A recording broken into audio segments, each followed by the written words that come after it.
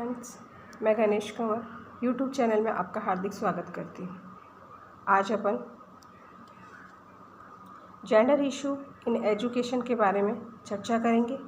Gender issue in education की first unit है gender मुद्दे और मुख्य अवधारणाएं। उसका टॉपिक है पितृसत्ता एवं नारीवाद शक्ति संबंधों को समझने के संदर्भ में इन्हें संबंधित करना। तो पितृसत्ता के बारे में अपन चर्चा करेंगे। पितृसत्ता क्या है, पितृसत्तात्मक का क्या अर्थ है, उसका वो क्या है, उसके बारे में अपन चर्चा करते हैं। पितृसत्तात्मक शब्द दो शब्दों के योग से निष्पन्न है। जो पितृसत्तात्मक शब्द है वो दो शब्दों से मिलकर बना है, पितृ प्लस सत्तात्मक। पितृ का मतलब पिता और सत्तात्मक का अर्थ है की सत्ता, यानी पिता की सत्ता। पिता की सत्ता को ही पितृसत्तात्मक कहा गया है। तो पितृसत्तात्मकता का क्या अर्थ है? पितृसत्ता का शाब्दिक अर्थ है पिता या कुलपति। कुलपति यानी परिवार का कोई बुजुर्ग पुरुष होता है, या तो पिता होगा पितृसत्तात्मक, या फिर परिवार में जो भी बुजुर्ग पुरुष जो होगा वो ही, उसका ही अर्थ सत्ता या शासन से निकलता है, वो ही पितृसत्ता कहलाता है। आजकल इस शब्द का इस्तेमाल आमतौर पर पुरुष सत्ता दर्शाने या उन शक्तियों संबंधों को बताने के लिए होता है जिन्हें पुरुष महिलाओं पर हुक्म चलाते हैं। जो पितृसत्ता का अर्थ है वो, उसका अर्थ ये था कि पिता की जो सत्ता होती थी उससे उसका अशाब्दिक अर्थ निकलता था, परंतु आजकल पुरुष लोग जो पितृसत्ता का शब्द है उसका अर्थ महिलाओं को, पुरुषों के द्वारा महिलाओं पर हुक्म चलाने के लिए काम में लिया जाता है। पितृसत्ता एक सामाजिक व्यवस्था है। कैसी व्यवस्था है? पितृसत्ता एक सामाजिक व्यवस्था है जिसके अंतर्गत पिता या कोई पुरुष परिवार के सदस्यों, संपत्ति व अन्य आर्थिक साधनों पर नियंत्रण रखता है। पितृसत्ता एक सामाजिक व्यवस्था है और इसके आधार पर, पितृसत्ता के आधार मतलब जिसके अंतर्गत पितृसत्ता के आधार पर या तो पिता या कोई परिवार में जो भी बुजुर्ग पुरुष है, परिवार का जो मुखिया है, वो परिवार के जो सदस्य हैं वह संपत्ति या अन्य आर्थिक साधन, जो हमारी खुद की संपत्ति है या जो हमारे आर्थिक साधन जो है उनके ऊपर नियंत्रण रखने का कार्य करता है। कौन करता है? या तो पिता करता है, या परिवार के जो सदस्य हैं उनमें से कोई करता है, या परिवार का जो मुखिया है वह इन चीज़ों के ऊपर नियंत्रण रखता है। जो भी हमारे परिवार की संपत्ति है, हमारे आर्थिक जो संसाधन है, उनके ऊपर नियंत्रण रखने का कार्य करता है तथा वही मुखिया माना जाता है। वंश जो है वो पुरुषों के नाम से चलता है। वंश या जो हमारा खानदान है वो पुरुषों के नाम से ही चलता है। पितृसत्ता या पुरुष प्रधान समाज व्यवस्था में पुरुष का जो दर्जा है वो महिला से ऊंचा होता है। कह रहे हैं कि जो समाज के अंदर एक पुरुष का जो दर्जा है, पुरुष की जो जगह है वो एक महिला से ऊपर होती, ऊंचा होता है। पितृसत्ता की मान्यता है। कह रहे हैं कि पितृसत्ता, पिता की जो सत्ता है उसकी मान्यता है कि महिलाओं को पुरुषों के अधीन और उनके नियंत्रण में रहना चाहिए। जो पिता की जो सत्ता है उसके अनुसार महिलाओं का जो कार्य है, महिलाओं को पुरुषों के अधीन रहना, जैसा पुरुष कहते हैं उसी प्रकार उनको रहना है, और उनके ऊपर नियंत्रण भी उनका, पुरुष जो नियंत्रण करते हैं उस नियंत्रण के अंदर ही, नियंत्रण के दायरे में ही उनको रहना पड़ता है। और ये जो पुरुषों की विचारधारा है वो महिलाओं को पुरुषों की संपत्ति का एक हिस्सा माना गया है। जो भी पुरुषों की संपत्ति है उस संपत्ति का एक हिस्सा माना है कि महिलाएं पुरुषों के अधीन होकर रहे और उनके नियंत्रण में चले। वो जैसा कहे वैसा करेगा, तो वो करना पड़ता है, और उसी के आधार पर उसको एक पुरुषों ने महिलाओं को अपनी एक संपत्ति का हिस्सा माना है। जो सभी धर्म है वो पितृसत्ता के नाम से ही चलते, के आधार पर ही चलते। तो सभी धर्म पितृसत्तात्मकता है और महिलाओं के बारे में लगभग समान विचार रखते हैं। महिलाओं के लिए जो विचार है वो लगभग सभी के एक समान ही है, उसमें किसी प्रकार का कोई उतार चढ़ाव नहीं आता है। जैसा पितृसत्ता में कहा गया है उसी के आधार पर महिलाओं का आदर किया जाता है, उनको रखा जाता है। यहाँ तक कि कई ऐसे कानून भी हैं जो धर्म के आधार पर ही चलते हैं, धर्म के आधार पर ही होते हैं। जैसे हिंदू कानून है, इस्लामी कानून है, ईसाई कानून है आदि के अंतर्गत विवाह, तलाक, भरण पोषण व संपत्ति के अधिकार आते हैं। महिलाओं और पुरुषों के बीच की गैर बराबरी बचपन से लेकर मरते समय तक साफ नज़र आती है। दोनों के बीच में जो उतार चढ़ाव होता है, उन दोनों के बीच में जो फ़र्क समझा जाता है वो जन्म से लेकर के मृत्यु तक समझा जाता है। उनमें महिला और पुरुष के अंदर फ़र्क माना जाता है कि महिलाएं हमेशा पुरुषों के नियंत्रण में रहेगी, जैसा पुरुष कहेंगे वैसे ही महिलाएं कार्य करेगी, तो वो पुरुषों के अधीन होकर उनको रहना पड़ता है। तो उनको जन्म से ही महिलाओं के प्रति फ़र्क माना गया है। महिलाओं का अधिकार कम है और कर्तव्य अधिक है। महिलाओं का अधिकार तो क्या है, बहुत ही कम है, पर उनका जो कर्तव्य है वो कर्तव्य बहुत ही ज़्यादा है। और पुरुषों का जो अधिकार है वो अधिक है और कर्तव्य उनके कम है। तो पुरुष का अधिकार ज़्यादा होगा और उनके कर्तव्य क्या होंगे, कम होंगे, जबकि महिला का अधिकार कम होगा और कर्तव्य ज़्यादा होते हैं। और इसका सबसे बड़ा कारण है पितृसत्तात्मक व्यवस्था का परिणाम। जो पिता की सत्ता की जो व्यवस्था है उसके परिणाम की वजह से ही पुरुषों को अधिक अधिकार देती है। पुरुषों का जो अधिकार देने की जो दिया गया है वो पितृसत्तात्मक की व्यवस्था के कारण दिया गया है और महिलाओं पर नियंत्रण रखती है और महिलाओं के ऊपर पूर्ण रूप से नियंत्रण रखती है। ये नियंत्रण कई प्रकार से हो सकते हैं। तो पहला नियंत्रण है महिलाओं की उत्पादन या श्रम शक्ति पर नियंत्रण। महिलाओं की उत्पादन मतलब जो भी कार्य करती है उससे जो मुनाफा प्राप्त होता है या जो श्रम शक्ति अपनी शारीरिक रूप से कार्य करके अपना श्रम करती है और शक्ति खर्च जो करती है उस पर नियंत्रण किस प्रकार से पाया गया है, उस पर काबू कैसे किया गया है। तो महिलाएं दिन रात घरेलू काम करती है, जैसे कि सफाई, खाना बनाना, कपड़े धोना, बच्चे संभालना, बीमारों की देखभाल करना आदि। ये सारे क्या है, रोज के कार्य, और ये हमेशा महिलाएं इन कार्यों को पूरा करती है। उनका ये कर्तव्य है, उनको करना पड़ेगा। वो नहीं करना चाहेगी तो भी ज़बरदस्ती उनको ये कार्य करना पड़ता है। क्यों करना पड़ता है? क्योंकि वो उनका कर्तव्य है।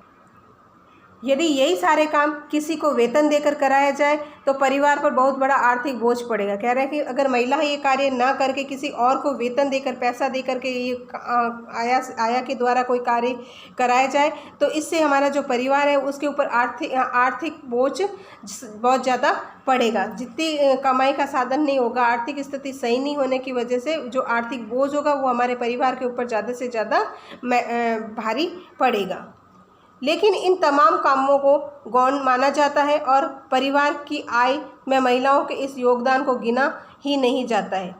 कह रहे हैं कि इस कामों को कैसा माना गया है, गौण माना गया है, और परिवार में जो आय का साधन है उसमें महिलाओं को इस योगदान को गिना नहीं जाता। महिलाएं जो ये योगदान दे रही, घर के जो कार्य कर रही है उसमें जो हमारे परिवार की आय है उसका हिस्सा इसे नहीं माना गया है। घर के पुरुष ही ये भी तय करते हैं कि महिलाएं बाहर नौकरी या व्यवसाय करेगी या नहीं। जो कामकाजी महिलाएं नौकरी या व्यवसाय करती है तो उनकी आय पर पिता या पति का नियंत्रण होता है। कह रहे हैं कि जो पुरुष होते हैं, पुरुष ही महिला के जो कार्य होंगे उन कार्यों का फैसला लेगी। उनके ऊपर पुरुष ही वह तय करेंगे कि महिला क्या करना चाहिए, महिला को क्या करना चाहिए, क्या नहीं करना चाहिए। अगर महिला बाहर जाकर नौकरी या व्यवसाय भी करना चाहे तो कामकाजी महिलाओं के जो नौकरी करती या व्यवसाय करती उसकी जो आय आती है उसके ऊपर भी किसका नियंत्रण होगा? या तो पिता का नियंत्रण होगा या पति का नियंत्रण होगा। तो खुद व्यवसाय करके, नौकरी करके जो पैसा कमा के ला रही, जो आय का साधन है, उसके ऊपर भी उसका खुद का नियंत्रण नहीं होता। वह अपनी मर्जी से उनको कहीं पर किसी कार्य में नहीं लगा सकती, या कार्य के लिए जो भी उसकी आवश्यक वस्तुएं होती, जो उसकी आवश्यकताएं होती, उन आवश्यकताओं को पूरा करने के लिए भी वो उन पैसों को खर्च नहीं कर सकती। क्यों नहीं कर सकती? क्योंकि उसके ऊपर नियंत्रण नहीं होता। या तो पिता का होता है या पति का ही उसके ऊपर भी नियंत्रण होता है। नेक्स्ट पॉइंट है संपत्ति और अन्य आर्थिक संसाधनों पर नियंत्रण। जो हमारी संपत्ति है या इसके अलावा भी जो हमारे आर्थिक संसाधन है उनके ऊपर हम नियंत्रण किस प्रकार से कर सकते हैं, उनके ऊपर काबू किस प्रकार से पा सकते हैं। ज़्यादातर संपत्ति तथा अन्य आर्थिक संसाधनों पर पुरुषों का नियंत्रण होता है। ज़्यादातर जो हमारी संपत्ति है या आर्थिक जो संसाधन है उसके ऊपर किसका नियंत्रण होता है? पुरुषों का ही नियंत्रण होता है। पुरुष जैसा करना चाहते हैं वैसा ही करते हैं और आम तौर पर ये पुरुष से ये पुरुष से दूसरे पुरुष, जैसे पिता से पुत्र के हाथों में जाते हैं। ज़्यादातर कहीं पर भी देखते हैं तो एक पुरुष से दूसरे पुरुष के हाथ में ही इनका नियंत्रण रहता है। किसी महिला के हाथ में जो हमारे आर्थिक संसाधन या संपत्ति का जो नियंत्रण है वो महिला के हाथ में नहीं रहता। एक पुरुष से दूसरे पुरुष के अंदर ही ज़्यादातर देखा गया है। पहले पिता के हाथ में होगा इसका नियंत्रण, तो पिता के बाद में जो पुत्र होगा उसके हाथ में इसका नियंत्रण चला जाता है, परंतु महिलाओं के हाथ में संपत्ति और आर्थिक संसाधनों का नियंत्रण नहीं रहता है।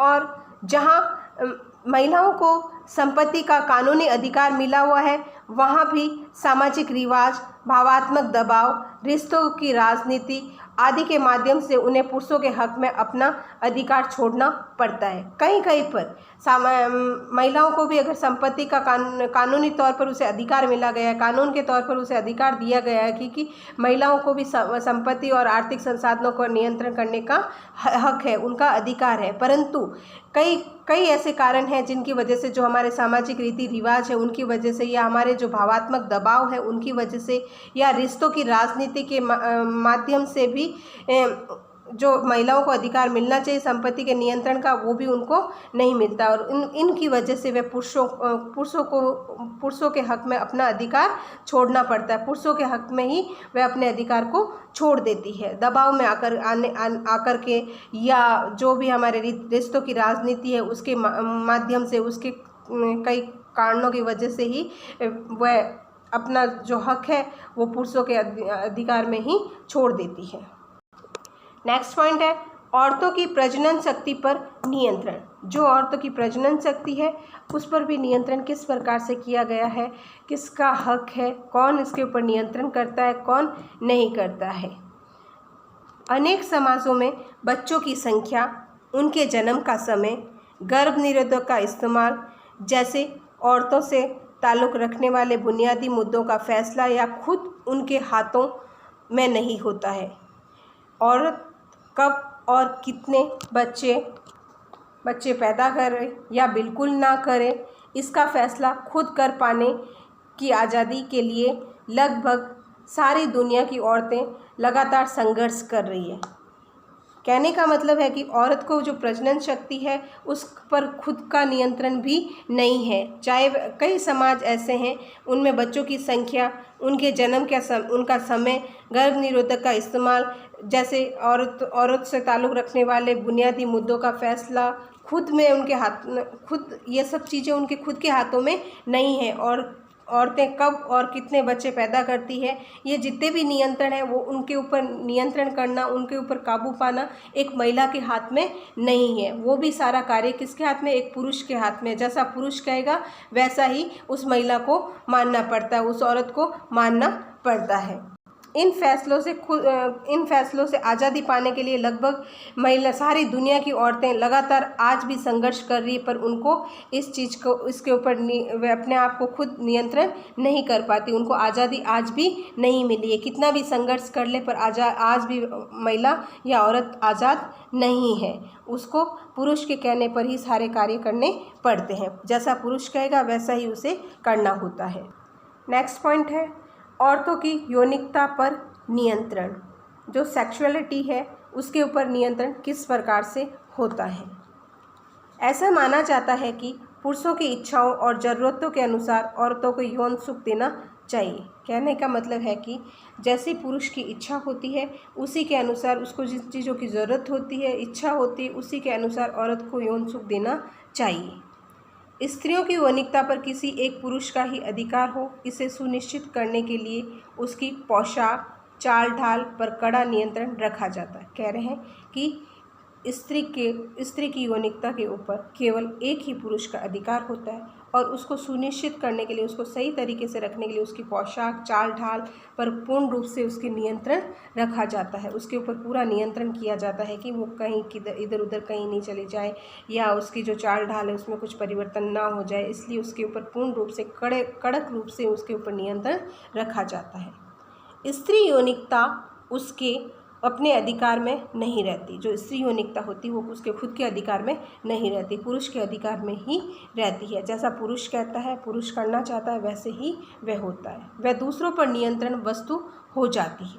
परिवार के भीतर तथा बाहर बलात्कार अथवा उसकी धमकी के जरिए भी यौनिकता पर काबू रखा जाता है और इसे और अधिक प्रभावशाली बनाने के लिए बलात्कार के साथ शर्मिंदगी और बेइज्जती के भाव का एक बहुत बड़ा मायाजाल तैयार कर दिया गया है। एक महिला के ऊपर कई सारे अत्याचार होते हैं, उन अत्याचारों की जो समस्या है उस समस्या से उसको हमेशा पीड़ित होना पड़ता है, प्रताड़ित होना पड़ता है। उसे कभी ना कभी हर एक समय किसी न किसी से कुछ ना कुछ सुनने को मिलता रहता है।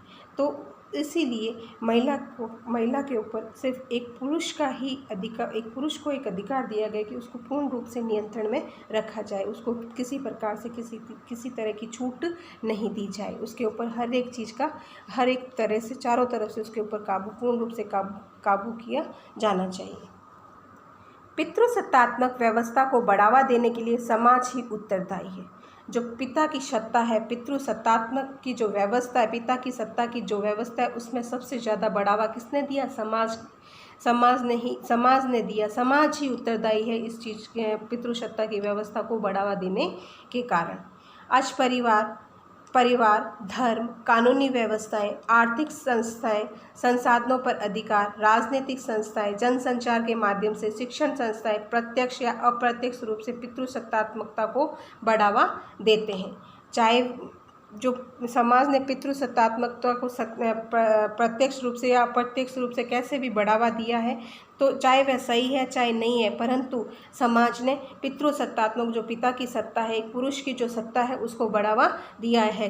उसके कहने का मतलब है कि एक पुरुष की सत्ता के अनुसार ही एक परिवार को पूर्ण रूप से आगे बढ़ावा दिया, एक परिवार को पूर्ण रूप से वह चला सकता है, उसके ऊपर वह पूर्ण रूप से नियंत्रण कर सकता है। इसीलिए समाज ने आज पितृसत्ता की व्यवस्था को बढ़ावा दिया है तथा पितृसत्ता की सहायता से ही पितृसत्तात्मकता को पिता की सत्ता को बढ़ावा देते हुए बढ़ावा जो दिया है वो किसके आधार पर? समाज के आधार पर ही दिया है। समाज ने ये माना है कि पिता की सत्ता के द्वारा ही हर एक चीज़ को नियंत्रण किया जा सकता है। पिता की सत्ता होगी तो ही वह अपने नियंत्रण पर हर एक कार्यों के ऊपर वह नियंत्रण और काबू पा सकता है। तो पितृसत्तात्मकता का यही अर्थ था। पितृसत्तात्मकता के बारे में यही पता था कि समाज में वह किस प्रकार से कैसे महिलाओं के साथ बर्ताव करते हैं, वह क्या क्या करते हैं, और पितृसत्तात्मकता को समाज ने ही महत्वता